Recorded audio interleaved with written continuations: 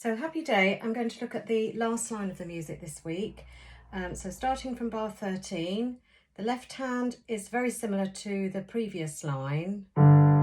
Crotchet, then rests, then staccato, go into that chord, and you should use 1 and 2 on that chord, C and E, in bar 14. So I'll go back to the beginning again. 1, rest, rest, staccato, rest, rest, staccato, and then this chord with a C sharp is the same as the second line. So if you haven't got it written in your music, you might want to copy that fingering, because you need to make sure you use the third finger on the C sharp. And remember, as I've said before, take the hand, slide it forward so that you are going in a straight line towards the back of your keyboard. Hop your thumb over to the F sharp for the next chord. So your second finger is in between those two black keys. So again, from that C sharp chord, slide forward, hop the thumb sideways without twisting. Just watch your hand very carefully, because sometimes it looks as if you're twisting your hand, and you shouldn't need to do that, because if you just move your thumb sideways, this part of your hand should stay facing in a straight line.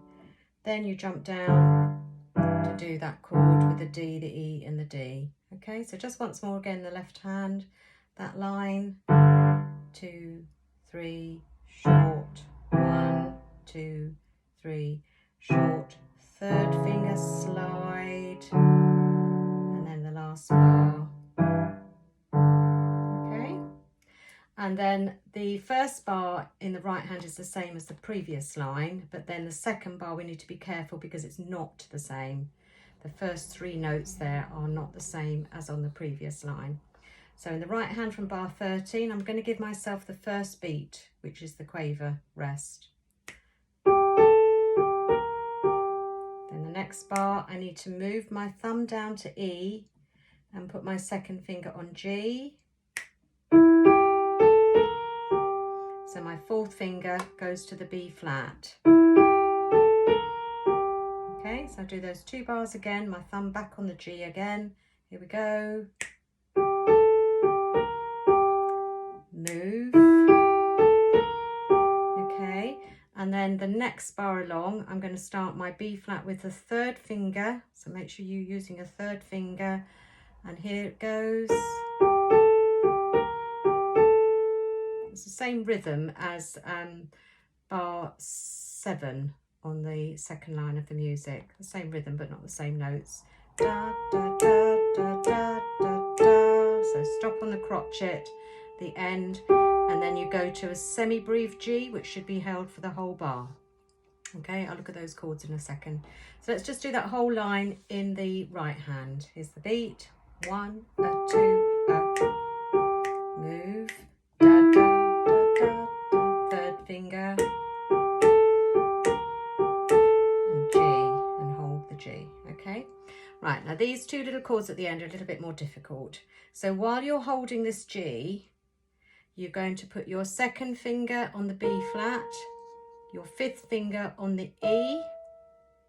Okay, it's a bit of a funny chord. So you play the G first, then add this high chord, then lift those fingers, but I'm still holding that G firmly down, and then just moving a little slightly down. I've got my 3rd finger now on the B natural. There's a natural sign in the music, and my 5th finger on the D above it. So that's the last chord. Okay, so let's just watch that again.